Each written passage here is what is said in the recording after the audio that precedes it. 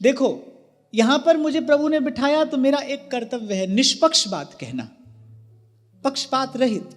हरि व्यापक सर्वत्र समाना, ये सिद्धांत है। यहां जो दर्शन का, प्रसाद का सुख आपको, हमको, समस्त वैष्णवों को प्राप्त हो रहा है, उसका कारण क्या है?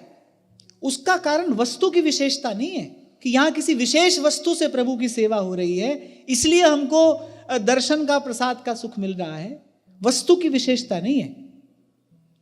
आचार्यों की जो परिपाटी है उसको ज्यों का त्यों रखा गया है, ये यहां की विशेषता है। आचार्यों की, गुरुजनों की जो परिपाटी है ना, उसमें छेड़छाड़ नहीं की गई। मैं तो एक साधक की भांति चारों ओर देखता हूं, सीखता हूं, और मुझे ऐसा लगता है कि यदि साधु हूं तो फिर साधु ऐसा चाहिए जैसा सूप सुभाए, सार सार को गही रहे और थोथा दे उड़ाए।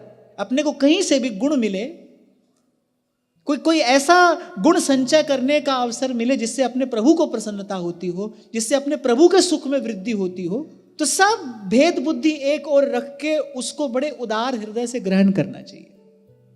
क्षमा करना,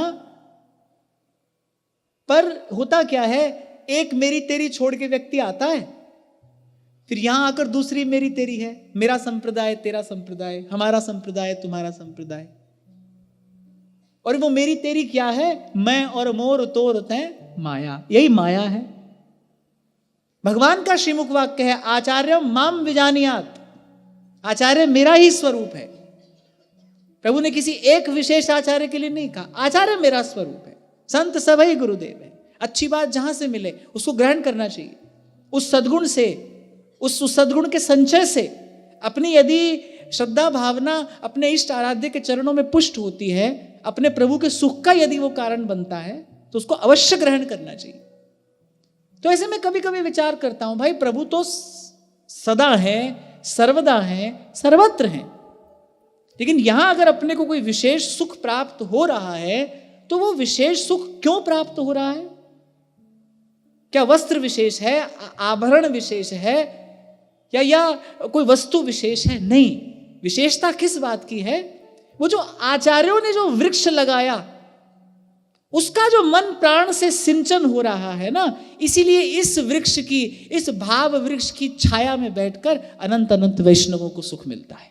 और मैं बड़ी विनम्रता पूर्वक, प्रार्थना पूर्वक ये बात निवेदन कर रहा हूं, और ऐसी शुभ कामना, ऐसी मंगल कामना। और हमारे यहां तो ठाकुर जी को आशीष दी जाती है, तेरो माई चिर जीवे गोपाल, सूर कितो जी सुख पावत है, निरखत श्याम तमाल, और आरज रज लागो मेरी अखियन, रोग दोष जंजाल, तेरो माई चिर जीवे गोपाल। मेरे आचार्य ने तो हमको प्रियालाल को आशीष देना सिखाया है। तो बड़ी मंगल कामना है, बड़ी शुभ कामना है कि आप लोगों ने आचार्यों की वो जो परंपरा, वो जो परिपाटी, उसका जो संरक्षण किया है, ये पवित्र भावना आप सबके हृदय में उत्तरोत्तर वृद्धि को प्राप्त हो, आपके द्वारा अनंत अनंत वैष्णवों को सुख मिले। ये आचार्य चरण सिद्धांत दे रहे हैं। ये जो कहा ना, मेरे पिताजी की कानी सू, उनके नाते, इसका सूक्ष्म अर्थ यही है, गूढ़ार्थ इसमें यही निहित है। मैंने कहा गुरुजनों के अनुगमन में रहना चाहिए, उनके पीछे पीछे रहना। पीछे पीछे रहना माने, अब गुरु कोई देह मात्र तो होता नहीं तो उसके पीछे जाकर खड़े हो जाना ना, उसका जो उपासना सिद्धांत है उसको यथावत स्वीकार करना। अपने में ऐसी कोई योग्यता नहीं है कि हम अपनी सुविधा से उसको तोड़ मरोड़ कर कोई और रूप दे दें, क्योंकि ये कलयुग है ना भाई, युग का भी अपना कुछ धर्म होता है, और युग धर्म के कारण भी उपासना सिद्धांत में विकृति आती है, अवश्य आती है, सावधानी अपेक्षित है।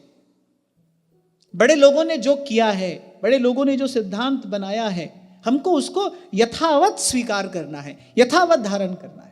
इसीलिए तो धर्म का प्रसाद मनुष्य को प्राप्त नहीं हो पाता, क्योंकि वो स्वयं के जीवन को धर्म के अनुकूल नहीं बनाना चाहता, वो धर्म को अपने अनुकूल बना लेना चाहता है। और धर्मो रक्षति रक्षितः, ये तो सिद्धांत है। हमारे लिए धर्म क्या है? हमारे आचार्यों ने हमको जो उपासना परिपाटी दी है वही हमारा धर्म है। शरणागति हमारा धर्म है, संसार है भाई, अनंत अनंत प्रकार के मत विचार, ये कलयुग का धर्म है। और श्री गोस्वामी जी उत्तरकांड में कहते हैं, जितना अधिक पाखंड होगा उतना अधिक फलेगा फूलेगा, सावधान। हमको हमारे आचार्यों ने जो बात सिखाई है, हमको हमारे आचार्यों ने जो राह दिखाई है, हमको तन मन प्राण से उसी पर चलना है, उसी में लगना है।